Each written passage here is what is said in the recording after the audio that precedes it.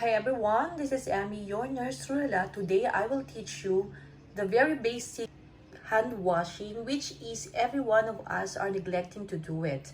I knew this is very basic, but guys, alam natin na nakakalimutan natin to, especially if we are very hungry. So guys, I will teach you how to do the proper hand washing para po maiwasan po natin ang cross-contamination if you have any bacteria which is bad bacteria, microorganism. And then, malilesen po natin at ma-avoid po natin ating mga kasamahan sa ating mga pamilya. So today, I will show you the proper step-by-step hand washing. So tara po, samahan niyo po ako. Magsisimula na po tayo ng hand washing. Ito po ang gagamitin ko because this one is for my water drinking and this one is for my hand washing. So, let's begin. Okay guys, magsisimula na po tayo ng hand washing. First, what we will do is open the faucet. Then, let's wet our hand. Then, close the faucet. Then, you can get enough soap to rinse our hand. So what you will do now is to start doing the scrubbing, not too much, just be gentle. Do it on your palm to palm. You can count 5 seconds if you want. 1, 2, 3, 4, 5. And then you can put your hands on the left hand at the back of your palm. You can count also 1, 2, 3, 4, 5. Make it sure that your finger are properly rinsed by the soap. And then go to another side of your hand, which is right at the back of your palm hand. You can count also 1, 2, 3, 4, 5. Then after that, you can do this one. You can make your hand fist like this. Make sure that this one will properly clean. 1, 2, 3, 4, 5. And then vice versa. 1, 2, 3, 4, 5. And you can do this next. Lahat po ng fingernails po natin, lahat po ito ikutan po natin. Marami pong namamahay po dito mga bacteria dito po sa gilid-gilid na hindi po natin napapansin. Pag kumakain po tayo, diretso po tayo nagkakamay na hope na hindi naman po ito mangyari. So, kung ginawa niyo po ito sa kaliwa, same thing sa kanan. Kaya guys, mas maganda rin po talaga hindi mahahaba yung ating fingernails kasi po marami po kasi tumitira dyan. Okay lang po kung lagi po tayo nag-hand washing. Then, our fingernails, we will do it on our palm.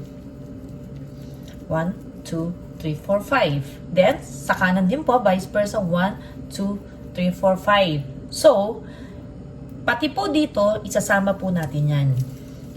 Kasi pag tayo po'y kumukuha po ng pagkain, ito po minsan nadidikit o dumudukwang po tayo, napapasama po ito sa nadidikit na minsan na ibang pagkain. So, 1, 2, 3, 4, 5. Gagawin nyo rin po sa kanan.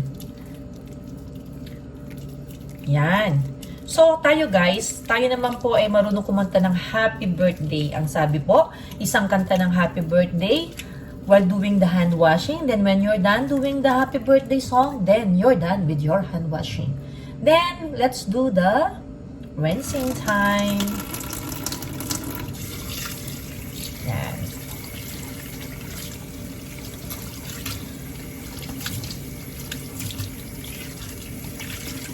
Kung mag-rinse po kayo, make it sure na pabagsak po yung water na ganyan. No? Huwag po yung nakaganon. It's okay if you are a nurse, papunta po sa operating room, pero lagi pong pabagsak yung ganyan. Yan. Yan. Pag sa bahay lang po kayo at hindi lang po mga student, ayan, mga student, mga nurse, ayan. Yan yung mga while preparing pag gumagawa po, nagpe-prepare ng medication, ganito rin po ang hand washing na ginagawa po natin. So we can do it also at home. Guys, I knew that this is very basic, really very basic, but ito po ang usually na neglect po ng ating mga kababayan dahil po minsan nagmamadali po tayong kumain na hindi po natin na aalala na hindi po tayo nakapaghugas ng kamay. So, I'm done. I will close the faucet and then about time to dry my hand. So, if you will dry your hand, not like this.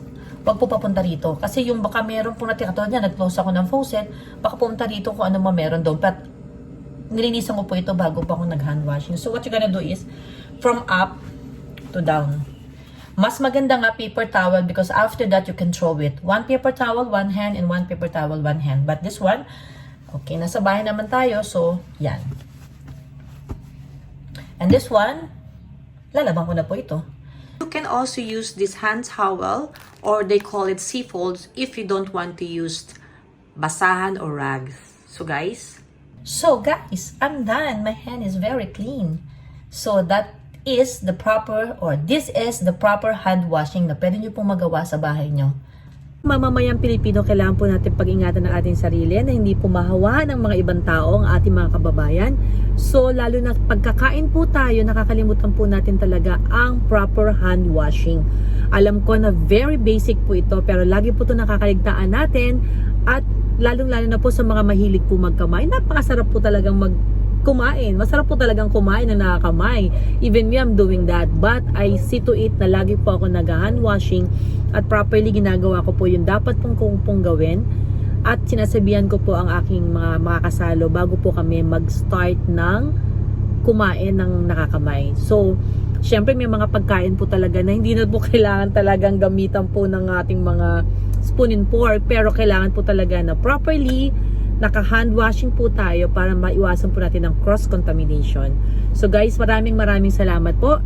At inimbitahan ko po kayo na mag-stay po sa panonood po ng aking video. Alam ko na very basic po ito pero may matututunan po kayo. Maraming salamat po guys.